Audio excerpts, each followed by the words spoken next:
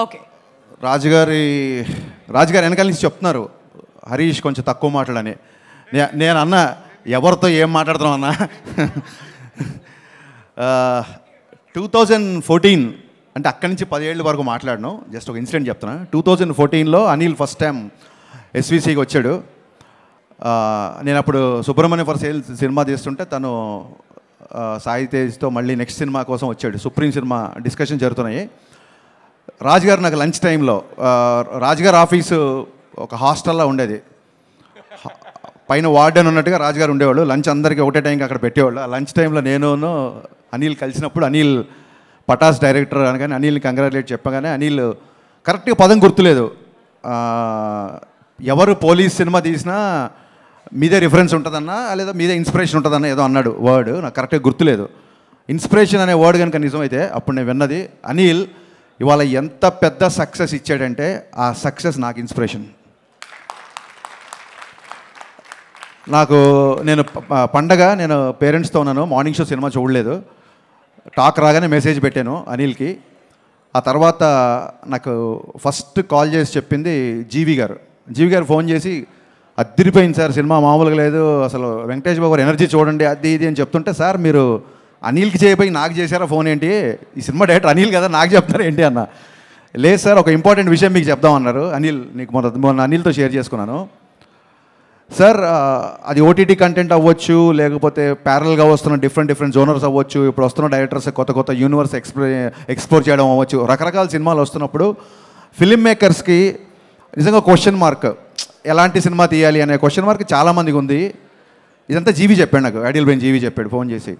అనిల్ పక్కన సినిమా ఏంటి, ఎవరు ఎలా సినిమా తీస్తున్నారు అనేది పట్టించుకోకుండా తన కోర్ స్ట్రెంగ్త్ ఏదైతే ఉందో ఆ స్ట్రెంగ్త్ నమ్ముకొని తనకు నచ్చిన సినిమానే తీశాడు. అందుకే ఇంత పెద్ద హిట్ అయింది సార్.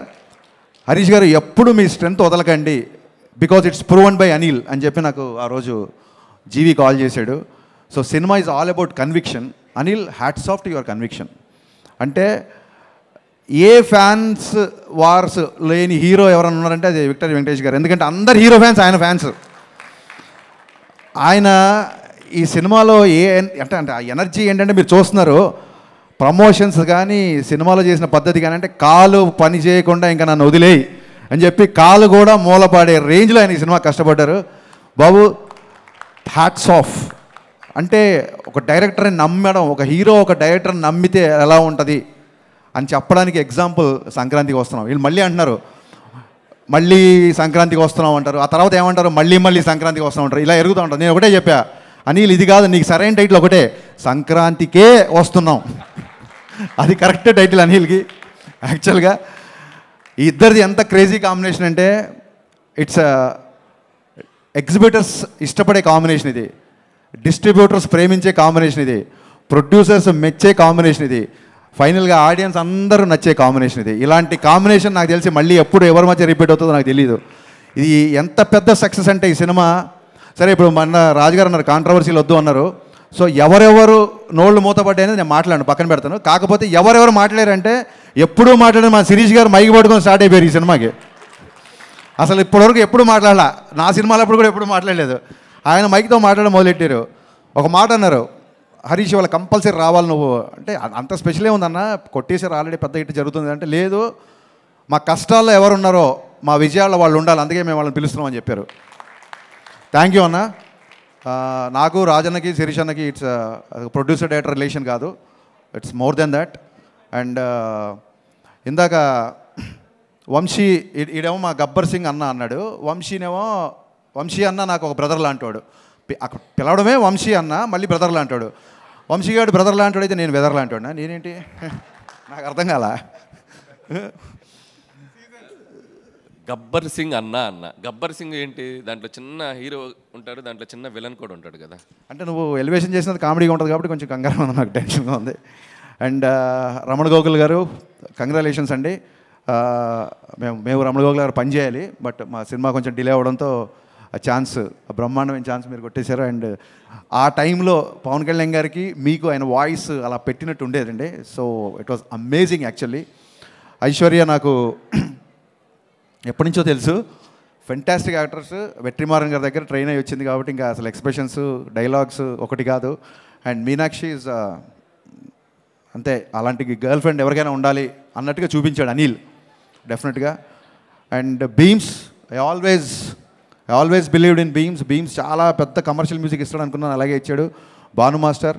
అండ్ అన్న భాస్కర్ పట్ల నన్ను ఏ ముహూర్తాన గోదావరి గట్టు అని రాసావో, ఇది ఒక్క గోదావరి గట్టు కాదన్న, ఆంధ్ర గట్టు, తెలంగాణ గట్టు, శ్రీకాకుళం గట్టు, వైజాగ్ గట్టు, ప్రతి గట్టు మీద బ్లాక్ బస్టర్ అయింది. ఇలాంటి హిట్లు రాజుగారికి వచ్చిన, మైత్రి మూవీస్కి వచ్చిన, సితారా వంశీకి వచ్చిన, పీపుల్ మీడియా ఫ్యాక్టరీ విశ్వప్రసాద్ గారికి వచ్చిన, వీళ్ళందరికీ ఇలాంటి హిట్లు రావాలని మనస్ఫూర్తిగా కోరుకుంటాను. ఎందుకంటే ఈ ప్రొడ్యూసర్లు అందరూ తిరిగి మళ్ళీ ఒక 10 సినిమాలు చేస్తారు, వాళ్ళకి వచ్చిన డబ్బులన్నీ మళ్ళీ ఇండస్ట్రీలోనే పెడుతున్నారు. కాబట్టి ఇలాంటి హిట్, ఇలాంటి ప్రొడ్యూసర్ రావడం ఇది ధర్మం, న్యాయం, అందుకే యూనివర్స్ కరుణించింది. Thank you so much. నేను పేర్లు మర్చిపోయినా గుర్తు చేస్తున్నాడు, నేను మర్చిపోలేదు. So happy to be in this. వీకెండ్తో ఫినిష్ అయిపోయే సినిమాకి షీల్డ్స్ దాకా వచ్చిందంటే it's a pure team work. ఇంతకంటే ఇంకా ఏం చెప్పగలుగుతాం. So sir, I'm still in awestruck watching సంక్రాంతికి వస్తాను. ఎందుకంటే ఈ kind of, I know your energetic, I know your comedy timing, I'm huge fan of your pathos also. మీరు ఒక్కసారి కళ్ళమ్మని నీళ్ళు పెడితే ఆడియన్స్ ఏడుస్తారు. బట్ ఈ సినిమా కూడా కళ్ళమ్మని నీళ్ళు వచ్చాయి, నవ్వి కళ్ళమ్మని నీళ్ళు వచ్చాయి. ఈ ఎనర్జీ నాకు తెలిసి ఎనర్జీ ఉంటుందని, ఈ ఎనర్జీ అయితే నేను ఎక్స్పెక్ట్ చేయలేదు sir. This is a remarkable phenomenal hit in your career అని నేను బలంగా నమ్ముతున్నాను సార్. Hats off.